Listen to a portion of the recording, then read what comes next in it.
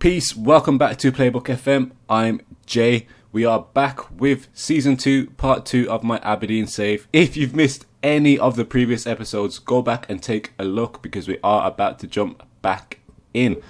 So, a little bit of a hiatus for the past couple of days. However, we are back with daily Football Manager content. Since the last episode, as you can see, form's been pretty decent, I suppose. We've won in the league. We've won our Europa League qualifying third round match. So we are through to the fourth round of the Europa League qualification. And we'll be showing you that match today, as well as Killmarnock at home in the league. So yeah, since then, not much has happened. No new signings. However, the press is suggesting that Ryan Brewster's form deserves an England call-up. Which is a bit mental considering he is playing in the Scottish Premier League and not regularly in the English Premier League. However, that just goes to show that he is in good form. The papers are the papers are also saying that Marian Shved deserves a Ukraine call-up and Scott McKenna deserves a Scotland call-up. So we do have players in form, as you can see here. Antonio Marin, Mohamed Drager, Tommy Doyle, Pedro, McLennan, Brewster, Brophy, all averaging above a 7 in terms of match performance in the past 5 games. And if we look at Scott McKenna's average ratings throughout the season so far, he's also averaging above a 7. So we're in decent form, and we're hoping to take that form into today's match against Malmo. That's how you pronounce it. We are looking to take that form into today's match against Malmo. So the starting 11 for the Malmo match, we have Will Norris in goal, a back 3 of Jack Hendry, Mikey Devlin and Scott McKenna. Antonio Marin and Richard Tate play the wing-back positions, with Pedro and Tommy Doyle in midfield. Marian Shved playing in a position that is not bad at, but he's not great at it either. But he's playing the attacking midfield position with Eamon Brophy as a deep line forward and Ryan Brewster as an advanced forward. Let's get into the match. And since changing to this formation and changing to a vertical tiki-taka, just ever so slightly tweaked, things seem to be going our way. So I think we have found the system that we will be playing this year. It's just a point of finding out who our best 11 is, really. And, early on in the season, we do have a few players that are in good form and seem like they could be part of that kind of core 11 guys that, are week in, week out starters. I say core 11. Surely it's not going to be 11 that are performing consistently. But if we can get at least 8 guys firing early on, we're in good hands. And the ball is in good hands with the Malmo goalkeeper after Marian Shved's shot from way outside the box. But so far in this match, it seems pretty even. We are dominating possession-wise a little bit. So I don't think that was the right call. However, we do have a free kick. Shved plays the ball in, looking for Brewster. It is headed clear. And right back now, I'd want one of these back 3 to just charge down the guy with the ball instead of just dropping back. I'm not too sure why they would opt to do that. However, we deal with the initial cross pretty well. Head it clear. It does fall back with Malmo. They take a shot from the edge of the area. It's blocked. And now we have the chance to counter. And Bruce is on the end of the ball from Shved. He's in here. He shoots wide of the target. That was a pretty uncharacteristic miss for Brewster. He had those moments last season where he was one-on-one and just kind of fluffed it a little bit. But so far this season, he's been looking a bit more confident in front of goal. But I don't know what happened there. And Malmo were caught offside. We do have a free kick up the other end. It falls to Brewster and the shot is blocked or cleared. I don't even know what happened, but Malmo are countering off of the back of that free kick. It's 2-on-2. Will Norris with a fantastic save there. And we are defending against Malmo in this corner situation. They play it into the front post, play it back out. And we're just leaving guys wide open at the back post. But luckily, Will Norris is looking assured in goal. And I am going to demand more because that past, 10 minutes or so of play, we were We're looking a little bit shaky at the back there. However, we haven't been playing too bad in this match. How do we say we're not playing too badly? Farford, please, no. Time for everybody to dig in, no. You've been unlucky, no. You know what it is time. It's time for us to dig in. I think that this is the final qualification round as well before the Europa League group stages start. Somebody please let me know in the comments. I'm sure you guys will. You guys are awesome. So yeah, let me know in the comments how many more qualification rounds we have, because if we can get into the Europa League, that's a good way to pick up some coin with some wins. And I think we'd have a good chance of getting into the excuse me, of getting into the final 32. And Richard Tate is on the ball here. Can't go any further forward, so plays it back to Scott McKenna, who's looking for Tate again, but it's a poor pass. And Malmo are on the ball here. I think it's time to make some substitutions in midfield. I don't want to do anything just yet because I might miss a goal. It feels like I have that strange feeling in the pit of my stomach. And the player crossing, it falls to Anderson. And yeah, I knew it. I absolutely knew it. Oh dear. Right, okay. Let's take off you. Pedro's playing pretty bad today, which is unlike him. Brewster as well, and Eamon Brophy. We are just going to stick with the 2 substitutions for now. And I might bring on David at some point to offer us something a bit different going forward. But let's take another look at this. So you can see we're all out of shapes at the back here. And Anderson goes completely unmarked. Nobody's closing him down. And we just give him time to set his feet and hit it on the half volley. We do need to be better here defensively. No, I thought I did change this as well, but clearly I didn't. And I'm wondering how much that might have costed us in terms of qualification for Europe. Because really and truly, that's the one thing I want to do in this save at the very least. It's not going to be a long-term save, so I would like to manage in Europe. But it's saved there by the Malmo goalkeeper. And I think that's it for this match, to be fair, guys. 1-0. Yep. 1-0 to Malmo.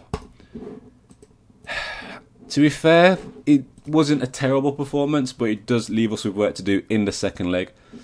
But yeah, let's go and play our second match of the episode.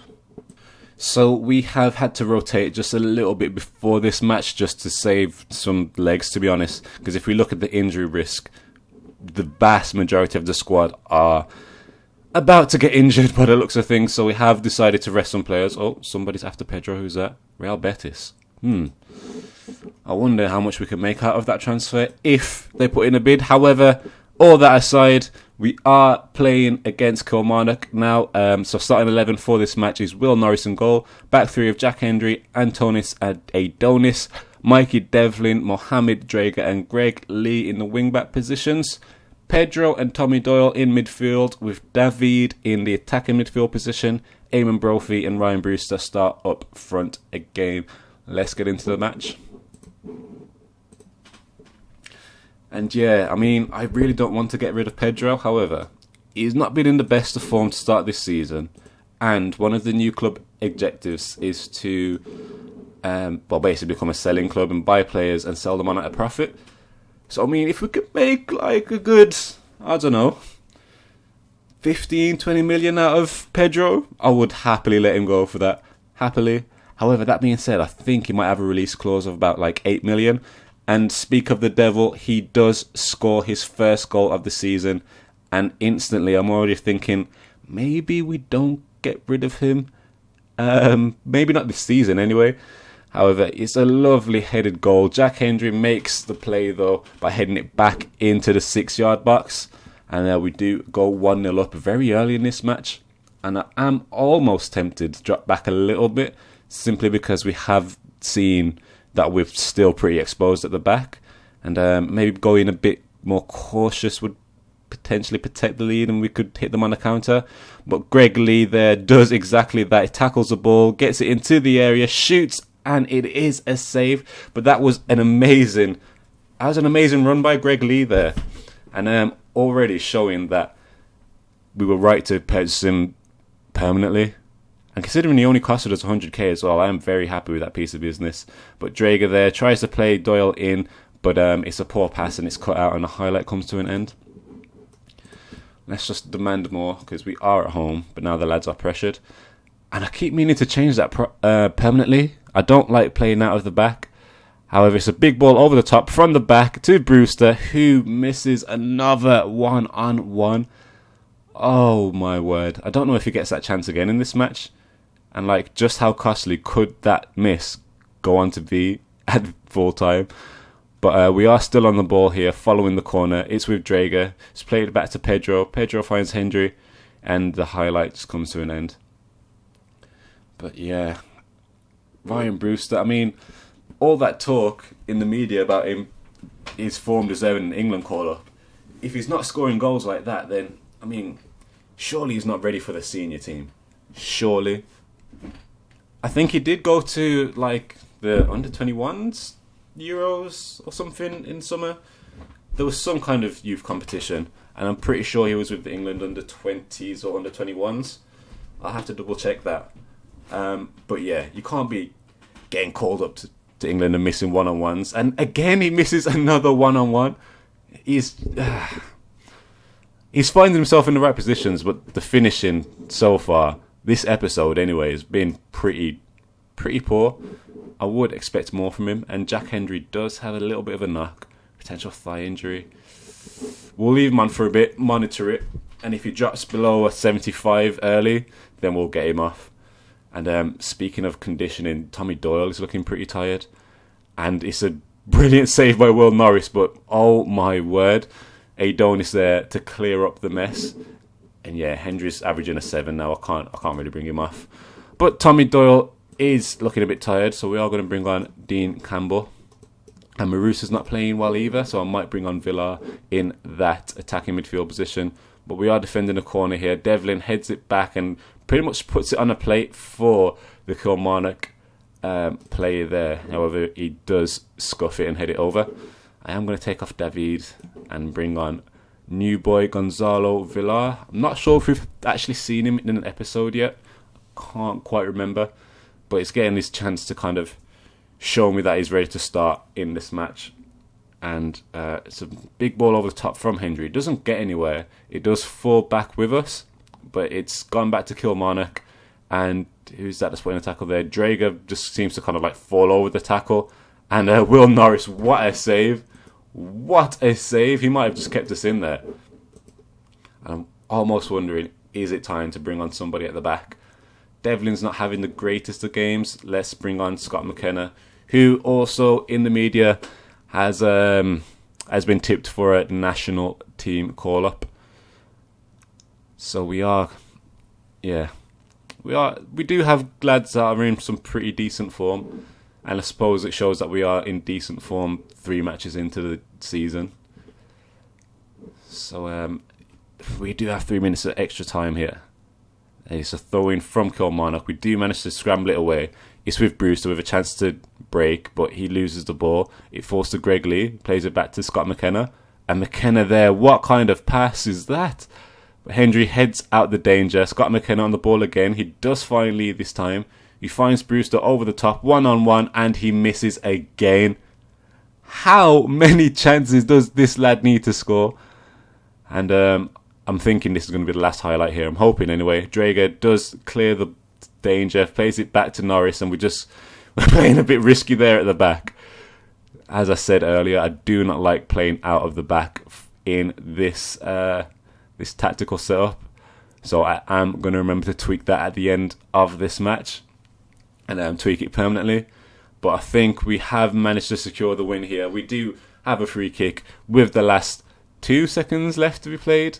So I think as we go to take it, that'll be the final whistle. Yeah, we're just wasting some time. There we go. Play the ball into the box. No, nothing. And that is the final whistle. A 1-0 win to end the episode. And I am pretty happy with that. If you have made it this far into the episode, please leave a thumbs up. If you're new to the channel, subscribe, and I'll be back tomorrow for the next episode. Until then, folks, peace.